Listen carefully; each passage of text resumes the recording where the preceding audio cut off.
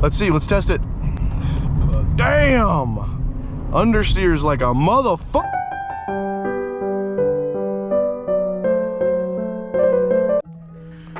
This is the 2008 Chevrolet Impala 3.5 liter V6 LT trim model. I don't know, but I think the LT stands for low trim because it is the lowest trim of this car. It came in a V8 SS model and a slightly larger 3.9 liter as well, V6. It makes about 211 horsepower, and that is about all I know with this car. This is going to be a first impressions review of my friend's sister's car. It's in a nice red. I like the red. It's a little bit beat up. It's a little bit old. This is a weight reduction mod right here. But the first thing I wanted to go over with this car, strangely enough, not the tires, not the engine, nothing like that, but the interior space on the trunk. You could fit quite a few bodies in there. I mean, that's like 4 human beings worth. Like, that's a big trunk, I gotta say. Like, that was the first thing that really impressed me on this car, was the trunk space. I mean, it does have the little handle here, so if you do get kidnapped by an owner of one of these, you can get out. But at least you have like a good studio apartment size in there if you do get kidnapped. Sitting in the inside here, oh, you've got the professionally made 2008 financial crisis GM interior here, complete with a gear selector that doesn't tell you what gear you're in, a radio that's in like 43 other cars, and some cloth seats. And you've got a foot handbrake here in case you wanted to feel like you have a manual. It's your clutch pedal. If we turn on the car here, you'll get to hear the exhaust note. Ooh, that's all 3.5 liters, 3,500 cc's worth of power coursing through this car. Let's open up the hood here. See how that sounds. See how that looks. Where is it? Found it. It's got a hood strut that doesn't work. Yeah, that's a healthy V6, I'll tell you that. My old car had a 3.5 in it. Not a GM made, it was a Nissan, but I guess there's a little bit of a similarity there. The owner of this car told me that when you drive it, you really get to feel the luxurious suspension in these cars, and that is something that I will give this car, is that it has very, very luxurious suspension. We got, you know, basic climate control here, hot, cold, air, circulation, severity, where it blows, kind of just a basic center console here. You got a little bit of space right there. Pretty spacious back seats, I will say, not bad at all. You know, just kind of your basic interior from 2008. Yeah, as I said, this is a first impressions review, so I don't really know much. As I drive it, I'll get back to you guys on how I like it, strong points, weak points, anything like that with this car. I think I'm going to title this video Chevy Impala and not put the year in it because that'll get some clicks. Not a 1968 Chevy Impala. But yeah, without further ado, I say we give this thing a drive. I'm driving today with my homie Frank Shaft here, owner of the Frank Shaft YouTube channel. Yeah. He knows this car a little bit better than me. He's done a lot more research. His video is probably a little bit more informative. So if you want a more informative review on this car, go watch his video, because this is gonna be a dumpster fire. So I'm gonna take a predetermined route here that we've used in a couple other videos with a slight variation. Let's see if we don't get hit by anybody here.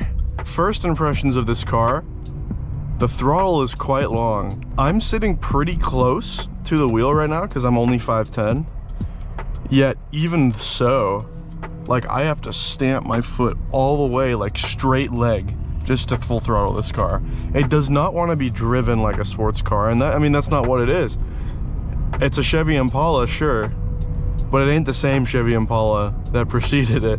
It's always kind of been a grandpa car though, just super like wafty, doesn't want you to drive it hard at all. Kind of matches the handling characteristics of the one from the 60s.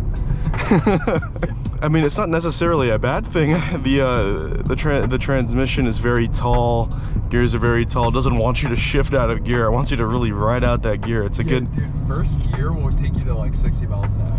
Oh no, like seriously, yeah. I mean, you'll be on the highway going 60 in first gear until it shifts. It's quite interesting. 4-speed transmission, which kind of surprised me. I mean, we're talking 2008, guys. This is like financial crisis era, and we got a 4-speed or automatic transmission.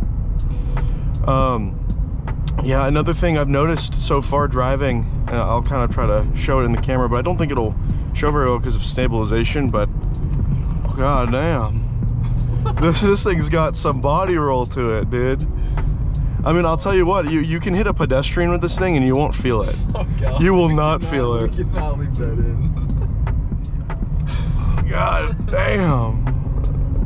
You should have Hit a pedestrian. You won't feel a thing. Yo, that's how they... You know, something that GM has really nailed in the coffin with their cars, something that they just do so well, is displaying their warning lights.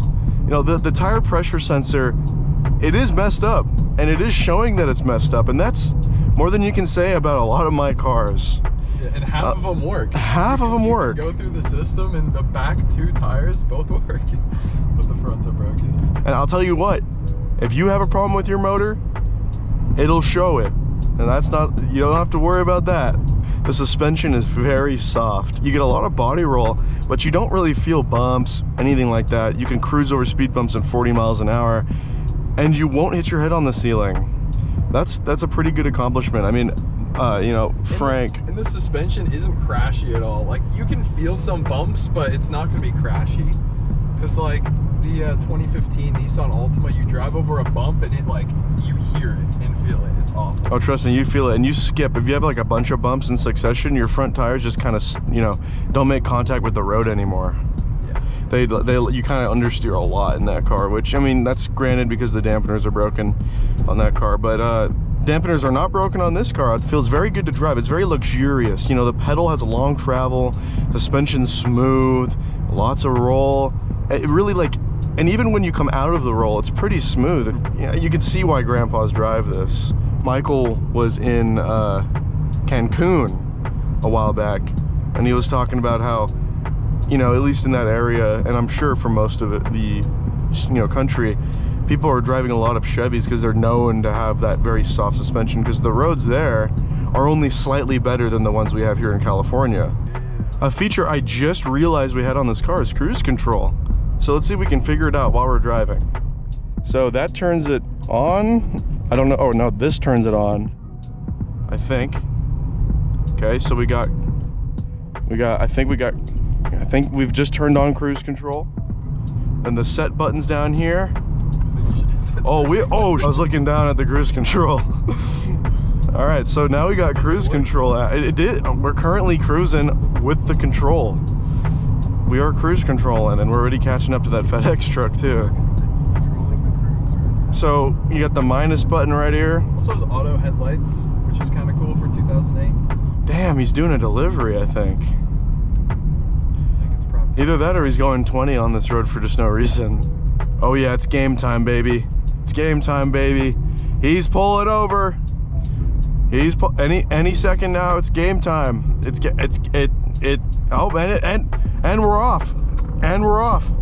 It really kicks in. It really gives you that. Oh Jesus. We got another delivery truck. We got a pickup truck, and we got an SUV. We're coming in through the corner here. We're flat out. Not really. Through this corner, we got a lot of body roll. Let's see. Let's test it. Damn. Understeer's like a motherfucker. Oh, let's test it. Let's test it. Look at that. Look at that understeer. It really. This is like a rally stage. Wow. It's kind of fire. That's kind of a fire background, I'm not gonna lie. I mean, if you want a car that gets you from point A to point B and does it with pizzazz, you know, this is the car for you. Personally, I don't think I'd buy it because I'm looking for something a little bit more raw. This car tends to understeer a lot. I mean, it's got pretty big tires, 225 section tires. You would think it'd do a little bit better job in the corners, but you know, that really soft suspension, body roll, and the weight of the car really holds it back in the corners. But I'm not terribly unimpressed with it. I mean, it does the job that it's set out to do, and it carries the Impala name.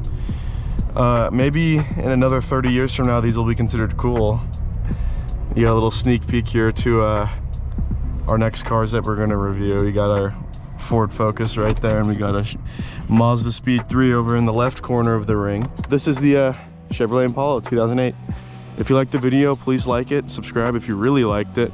Tell your friends, family, grandma, grandpa about this car, about my YouTube channel. Any support is loved. Any support is appreciated. I love making these videos for you dudes and girls. I've got a couple more videos lined up to film just tomorrow, actually. I got 2 videos to film tomorrow. Another one to film in about a week from now, and towards the end of this month I'm filming a couple others actually, and I should be rolling those out monthly. I'm moving to Phoenix, Arizona at the end of this month to start flight school. I plan on eventually doing a video on a plane, which I think will be pretty cool for the YouTube channel, pretty unique as far as these POV YouTube channels go. But yeah, other than that, thank you for watching, really, thank you. It means a lot to me.